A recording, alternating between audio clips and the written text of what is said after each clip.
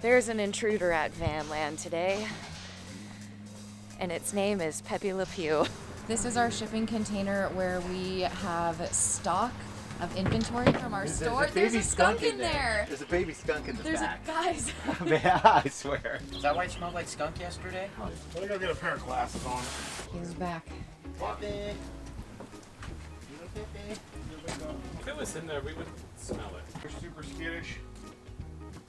Oh, hey, look, I'm stealing this fan.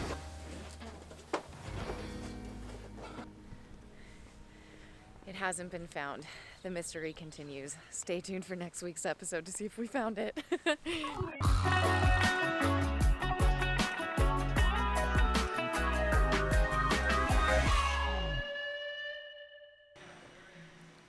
Ah, I have the office all to myself. It's so quiet. All right, well, if you guys are anything like me, then you really want a Sprinter van, but you don't have one yet. Something that I learned recently from working at the fine establishment called Vanland is that it's actually really difficult to get a Sprinter van, and I had no idea. So today we have a little bit more of a field trip, or I do at least. I get to go to the Mercedes-Benz dealership because we have to do some business there, because that's what we do at Vanland business. Are you disturbing my peace? I'm talking to myself, that's what's going on in here. I do it all the time, Yeah. I need work orders. Bye. Bye. Bye. What was I saying? We're gonna go to the Mercedes-Benz dealership, and then we're also gonna go on a little adventure out to the coast to share more stuff that you should know before you buy a Sprinter van, because like I said, it's surprisingly complicated. And yeah, we just wanted to put this video together to share with you the complications and also maybe help you so it's less complicated. Anyways, let's just go ahead and head out. I am heading to the Mercedes-Benz dealership right now. We did a project for them. They asked us to install the Rome-built side step, and so we did that. I did follow that whole process on Instagram. If you guys aren't following us on Instagram, you totally need to. We're always posting really cool behind-the-scenes shop content to our story and to our main feed and all of that jazz, so definitely give us a follow if you are interested in kind of more of what happens on a day-to-day basis at Vanland. It's super interesting. But anyways, so we're dropping that van off now. I am following Jeremy because I'm going to be driving us back, but while we are there, we are going to share with you guys the different kinds of Mercedes van. We're going to talk about the different sizes and options and prices because they all really serve different purposes. So yeah, we just want to help give you guys a good idea about the different kinds of vans they offer so you can make an educated selection on what will work best for your lifestyle.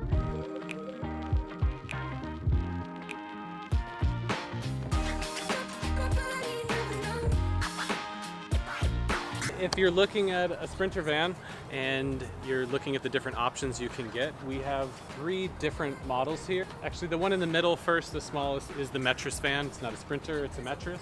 And you can see it's quite a bit smaller than the other ones, low profile so that you can get in and out of a city easier, or driveways, you're not going to be scraping branches and whatnot. That's the one we saw inside, right? Yeah, that's the one that was converted inside. Oh, hello. Hi, I'm feeling very campy in here. Tell us about your van. So this is a Mercedes Metris conversion, the smallest van that the Mercedes-Benz line offers, and this one's been converted in a really cool way. It's got a pop top, which is kind of old school. Just gives it so much more like livable space in here. So these are cool if you need to get like in and out of a city, or you want something that's like super fuel efficient.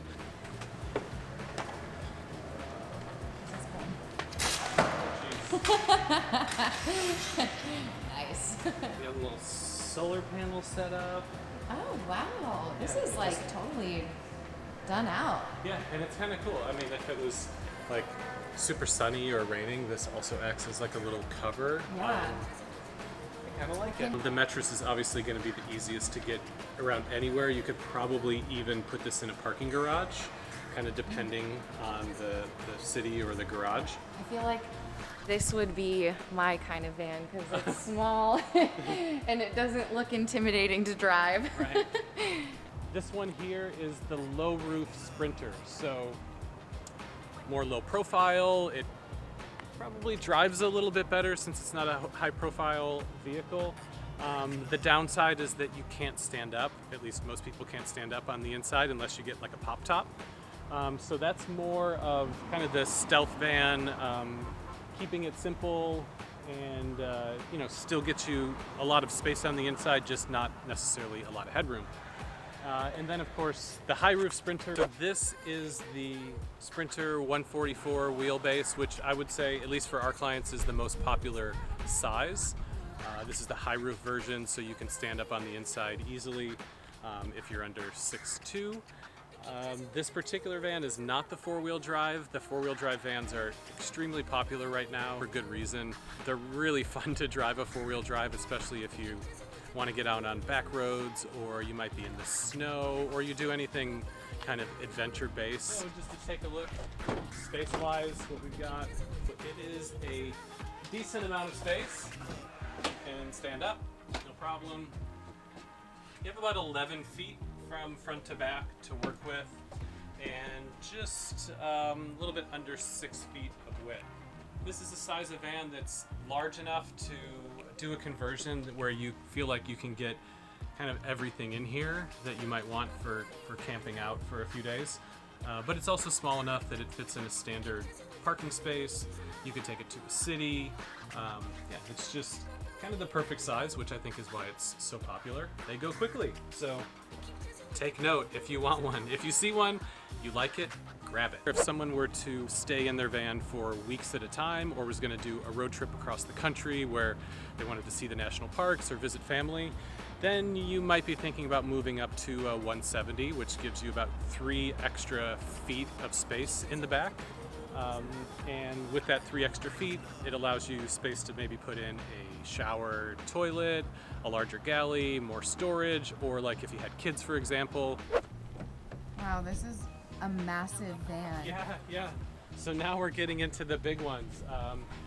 There's a big difference between the 144 and the 170. Just even though it's the same van, just stretched out, just the feel of it, the look of it, and you can just tell by looking at it that it's going to be more difficult to get in and out of parking lots, or even just driving down, turning the corner, just takes up more space. So it is what it is. It has more space on the inside, which means more space on the outside. Those are the choices. There's also a 170 extended. That's really getting to be kind of a long van now. It's at the point where it becomes a little bit more difficult to drive, and especially you really can't fit inside a standard parking space at all. You'd be taking up like 2 parking spaces front to back. They're not extremely popular, and you can see why if you look at it. The room inside, sure, it's nice, but it's just not going to drive as well. And if you live in a place that's a little bit more dense, urban, like we do in California, then you're really not going to have space to park it on the street. It's going to be very difficult. They've got stickers on it. Oh, cool. Cool. Let's look at how much these sold for. This is a 2021 Metris Cargo, 126 wheelbase. It looks like a few little add-ons to it, and that comes to $38,417 before any discounts. And I can tell you, they really don't give discounts right now on vans because someone will buy it for full price, no problem. Now we're taking a look at the 2021 Sprinter low roof. It looks like this one with some basic options on it. It doesn't look like there's a lot of interior options. The retail price on this one is $48,600 off the lot. So it's about $10,000 more than the Metris. On to the high roof Sprinter. It looks like to add the high roof, to go from the low roof we just looked at to the high roof, is $2,850. And this actually has quite a few of the more premium options on it. That adds around $3,000 to it. So the sticker on this one is reading $56,897. If you want a 4-wheel drive van, it adds around $8,500 last time I checked. So it's a pretty big bump to get the 4-wheel drive. But again, we think it's worth it. If you drive it anywhere that's off of pavement, then it's really nice to have. Is a 2021 turbo diesel 3500 cargo van. So since it's a cargo van, it's stripped down on the inside. There's really not a lot going on in there. They've added a few things, but nothing super premium on it. And the retail on this is going for $57,568. If you want four-wheel drive, you can expect to pay in the neighborhood of around $65,000 for one of these vans. It seems to me that one of the issues with the Sprinters is that they have a lot of different options, and I'm not sure how that works for the dealers with trying to sell them, but you just have so many different packages and cargo packages, driver convenience package, and all of these different things that I think it might be hard sometimes for a customer that's coming in to find the exact van that they want. But it's the same with upfitting a van. I think, people want a van and they go online and they see some videos or some Instagram pictures that look like what they want, but when you really start to dig into it, there's so many different options that it can become kind of a confusing process, and it can definitely get to be very expensive very quickly to try to do everything in a van. Dollop right there. What's up, you guys? Now let it settle for a few minutes, and then we'll see where the points are that need to be covered. Is this that fan? Arctic Turn. The Arctic Skylight. Skylight. Did you guys make the hole for it? Oh, it's Yeah, already in Yeah, there. we just sealed it in. Oh, nice job. Light. Your choice. It actually gives you two options, like complete darkness or, just a little shade. Oh, wow. You got options here. If you want to, you can stick those little screws into it. How are you today, Wes? I'm wonderful, Katie. How are you? Oh, absolutely fantastic. Hi, Holly. See you. Hi, Dad. Hi. We're looking good. Wow, this is my first time walking on a ladder here. Hey, well, there's a lot that happens on the route. There's a lot to see. Yeah, I got a good view from up here. Oh, if you're on a ladder here, fix the hole.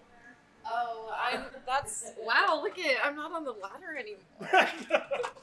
Job, Wes. Do you want me to explain what we do up here? Oh, yeah, explain what you do up here. Okay, we make fun of everybody because we're up higher than everyone. Yeah. That makes sense. No, we're doing the final seal on this roof hat. Seal of approval. Jordan needs to sign it when he's done. No, this creates a watertight seal around this.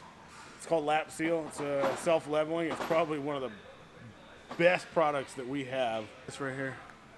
All this here. Oh.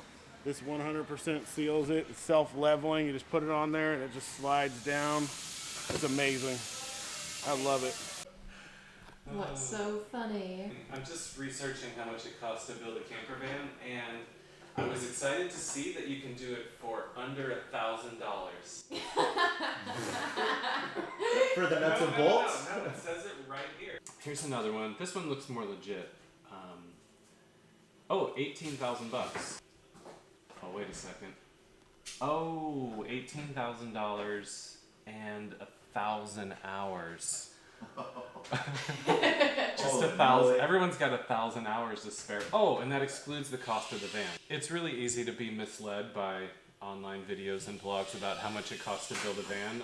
Hey everybody, we're back in the office, and we just previously talked about the cost to purchase a van, and I wanted to go over the cost to build out the van, which is a much bigger unknown for most people. There's basically three ways that you can go about acquiring one. The first is to buy one that's already built. This may be a prefabricated vehicle that's done by like a major upfitter that does hundreds or thousands of them per year, or somebody who has already built one and they're selling it online. With that option, buying a pre-built vehicle, you basically know the cost that is going to be associated with getting into that vehicle. For people who are impatient and really want to just hit the road, I think that's actually the best option, is to find one that's already built and purchase that. The second way to go about it is basically to go the DIY route and do the van build yourself or with your partner or with your friends. That is probably the area where there's the most bad information about how much it costs, because Oftentimes you'll find a list of the components and their associated costs, but the actual time that's taken to build the van is usually done for free because it's your own time. The third way to go about getting a van is to actually use a professional builder, and whether you're going to go with one of their standard designs or you're going to do it custom to your needs, then you're going to hire a professional that's done it before to build out your van. I want to go back to the DIY builds real quick. If you kind of do some searches online and look for blogs or vlogs that are talking about how much it costs to build a van, you can get price estimates anywhere from a few $1,000s up to $10,000 or $20,000, but very often, if you really read through the details, you'll find that it's just generally not accurate to how much it would actually cost you of your own money. After browsing through a few articles today, we found that quite a few people are estimating in terms of labor hours to do a van build themselves, maybe 500, 600, or 1,000 hours total. And if you really think about it, if you were to get off of work every day and work on your van for just 2 hours, and including the weekends, a 1,000-hour build is going to take someone about 500 days to do their build. And just even saying it out loud, it sounds absurd, right? 500 days of working just to do a van build. And however much you value your time at, you can just multiply that by 1,000. You are starting with just a very basic tool set, and you're looking to get everything you need to build a van. You're probably going to spend around $5,000 to $10,000 on tools. I would say that when I started my first van, I know that I rang up a $5,000 build just in tools that I knew that I needed to get started. There's just so many different skills that are needed in order to build out a van that you're gonna have a big learning curve, first of all, and then have a fairly significant investment in tools. There's pretty much no way that someone's going to get a full van build done for $15,000 like they might say online. We're just trying to give people a bit of a reality check before they get too far into a project to, just get a better idea of what the van's actually going to cost. If you guys do decide to use a professional shop to build out your van, you're looking at the same in between probably 500 and 1,000 labor hours. That would be a good way to estimate the cost to have a professional van builder do it as well, is to just get their hourly labor rate and multiply it between 500 for a simple build and 1,000 for a more complex build. And going into more detail about the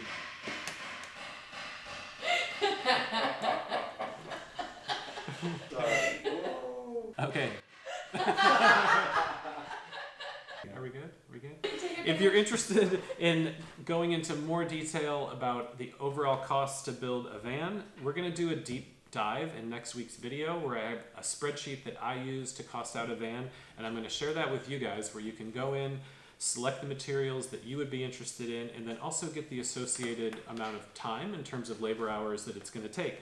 So watch out for that next week. I think that's going to be a big help for people who are just getting into this to kind of get their head around what this is actually going to cost to pull off. All right, we made it through. Enough with the noise of the shop. It is time to go outside.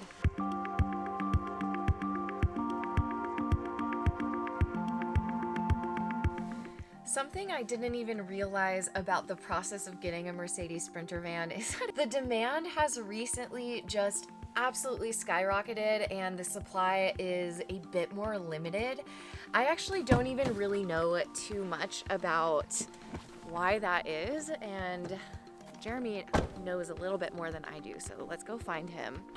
We have made it officially to the tree tunnel in Point Reyes.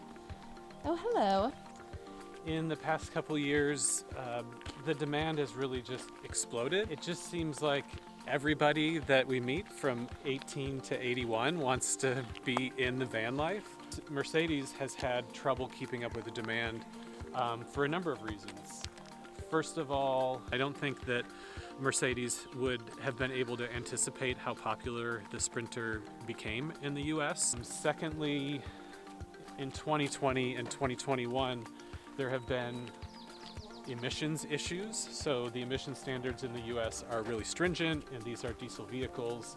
So they've had to add all sorts of different emissions controls so that they could be legal to drive in the United States, and that's like really slowed down production. Third, of course, COVID. Just as the demand for the vans is really exploding, there's major supply chain issues around the world. Everything from shipping to manufacturing and microchips have all affected Mercedes' ability to basically put this van out onto the market. How long have people been waiting? It's not uncommon to wait at least 8 months, but more like a year to get a van. Oh my gosh. I know. An entire year? I know. So if you're looking for a van and you want to get into the lifestyle, the first hurdle that you're going to have to overcome is actually getting a van in your possession. So we at Vanland just ordered 3 like brand new vans spec'd out just the way we wanted them, 4-wheel drive, in mid-April of 2021, and we hope to get them by the end of 2021, meaning like maybe by December 31st. I wouldn't be surprised if they extend further into 2022.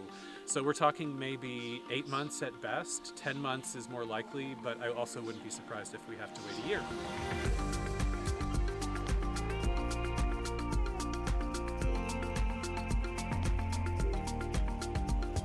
The demand for basically mobile living, especially in the form of smaller vans, has just exploded. And it's interesting to just like ask why. When you have a van, especially one that's converted, it's just like having the things with you to do your favorite activities anytime you want.